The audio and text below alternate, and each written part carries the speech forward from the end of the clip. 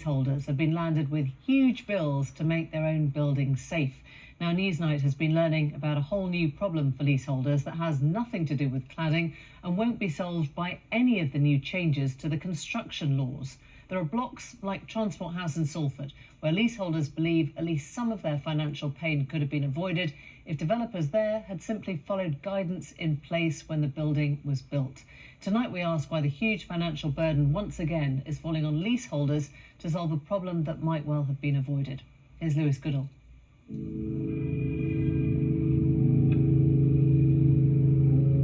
Transport House in Salford is just one development caught up in the building safety crisis, but it may be an instructive one. When we last spoke to its leaseholders, grappling with costs of over £3 million, £100,000 each that they'd been told is needed to make their homes safe from flame, we explored the ways in which the changes to the post-Grenfell buildings regime had affected the residents. But there's a more important part to this story. Newsnight has been investigating what went wrong at Transport House, both for its own sake, but also because it might tell us something about what's happened in other parts of the country as well. And we can reveal that much of the cost, and therefore with it much of the heartache and the anguish that has been incurred by leaseholders, could have been avoided if developers had simply followed guidance that was already in place back in 2004 when the building was built. And experts tell us that that is a story which is repeated up and down the country. Let's go back, not to the regulation now, but the regulation then. Central to this is one line of the 2000 building regulations. The external walls of the building shall adequately resist the spread of fire over the walls and from one building to another, having regard to the height, use and position of the building. But some leaseholders at Transport House don't believe that their building did meet that regulation, even when it was built. We were told they put it in because they couldn't get a smooth finish on the render. Around the facade of the building is a render. 2 layers below that is something called rock wool, a material designed to be a fire cavity barrier, to keep a fire contained to one bit of the building should one break out.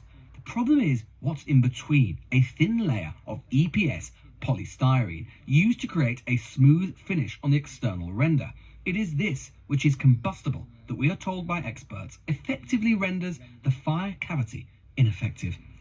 If you imagine that if we create a void into which all of that energy can pass, and then we have combustible materials and no restriction to it, the fire is going to find a way of travelling up through those voids.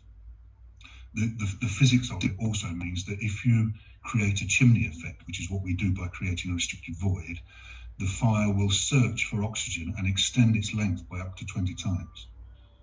So it's a major problem. So cavity barriers in the prescribed locations are the absolute minimum standard that you require in an external cavity construction.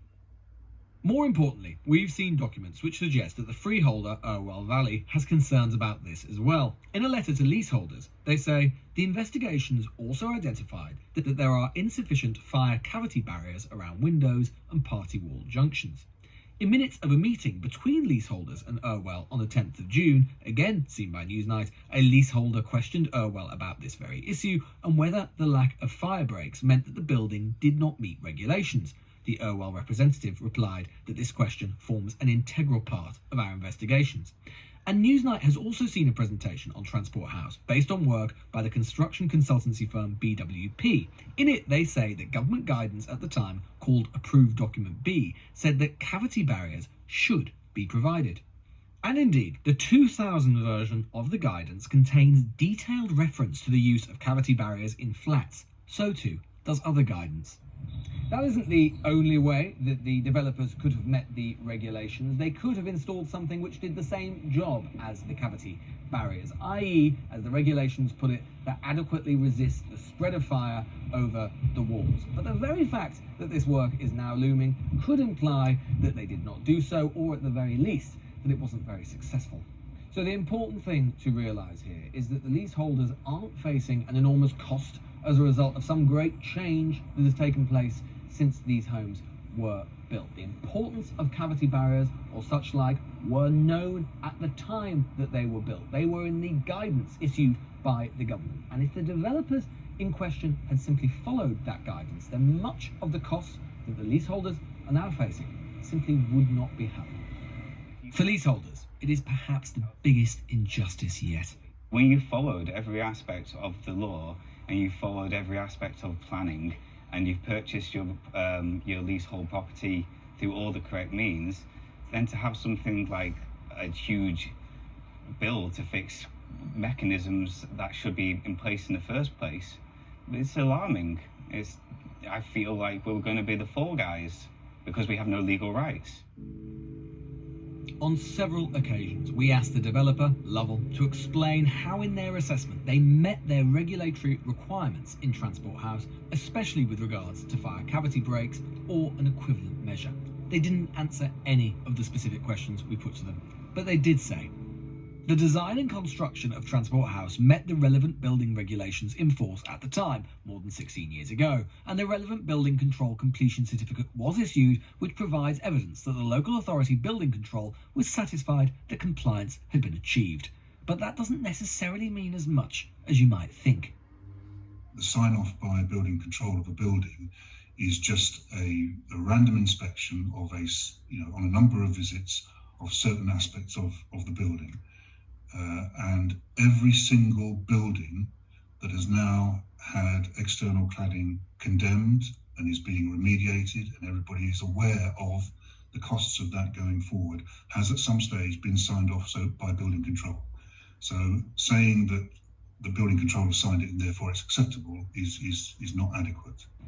This speaks to a much wider story which goes far beyond Transport House. For a start, experts we've spoken to tell us that the EPS and fire cavity barrier problem is a common one, and secondly, it adverts to the fact that for decades now, the regulatory, scrutiny and enforcement systems which exist for buildings in this country have been marked by failure.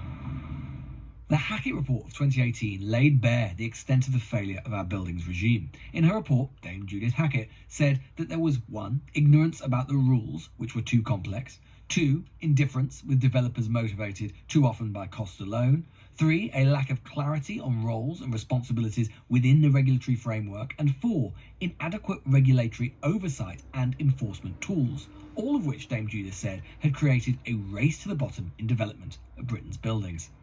Historically, it was the responsibility of local authorities to ensure buildings were compliant with building regulations, but for a long time, that hasn't been the whole picture. Why didn't the council at the time pick up on that and say, well, hang on a minute, this isn't right? So local authorities receive the information from the developer and obviously look over that information and see whether it conforms with what was passed at the planning committee. And that's the level of engagement and involvement from local authorities. They're not on site when a building is being built, looking at every single thing that is being done. There's no requirements for that in the building legislation. And obviously, over time, what we've seen is a watering down of that regulatory environment and, in a sense, a disempowering of local authorities. There are a lot of questions for a lot of people in the national part of this story.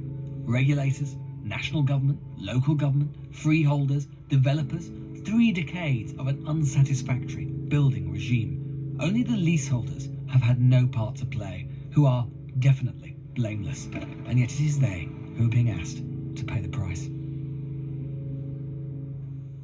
That was Lewis Goodall, and Dame Judith Hackett conducted an independent review into building standards following the tragedy of